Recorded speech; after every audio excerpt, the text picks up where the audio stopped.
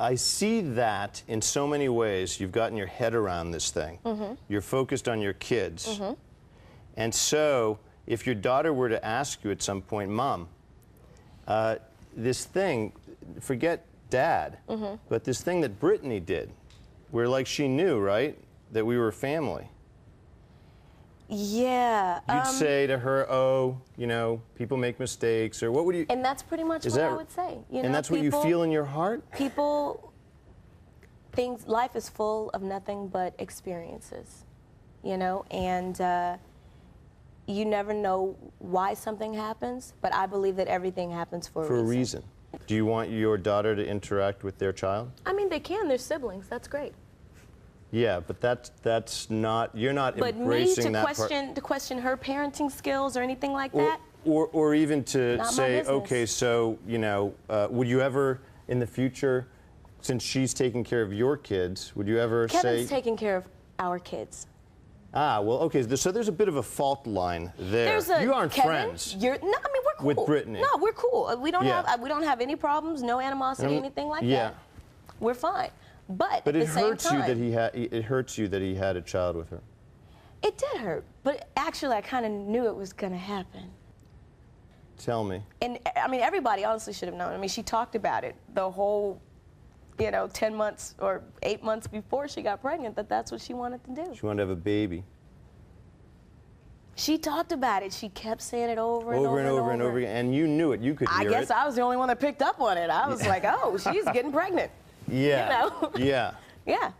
Right. But so it wasn't a shocker. It wasn't a shocker. And you've moved on. So do you have advice for women, right? Because, listen, this is a story that it's your story. Right. But so many women in America live it. It's true.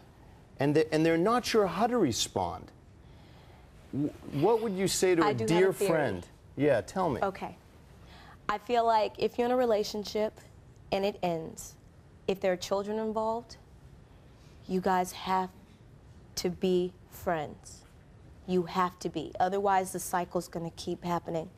Your kids are going to see this, and they're not going to have, you know, positive relationships down the line. If you care about your kids, make it work. Yeah. It's that simple. So at some point... But on the other hand, if you don't have kids, change your phone number. Yeah, right. But what about his children, child or children at some point? They're going to be not babies. Right. They're going to come looking for, well, maybe you as, you know, the mother of kids they play with. And at that point, you'll be receptive to that? Oh, I mean, you know. You're such a human being. There's no way. I mean, I can tell you the answer to the question, but you tell me.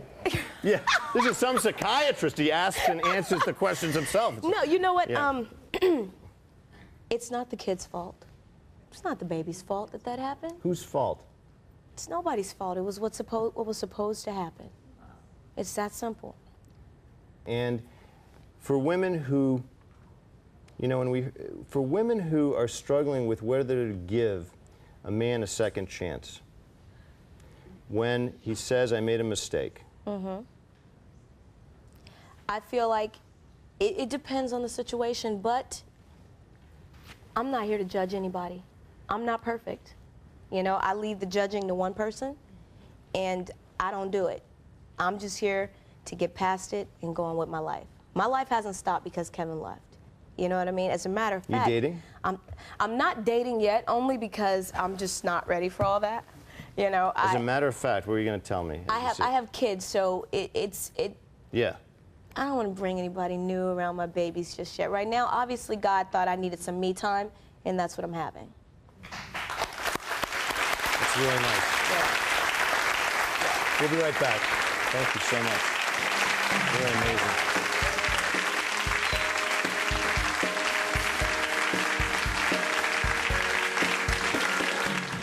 Next. People were talking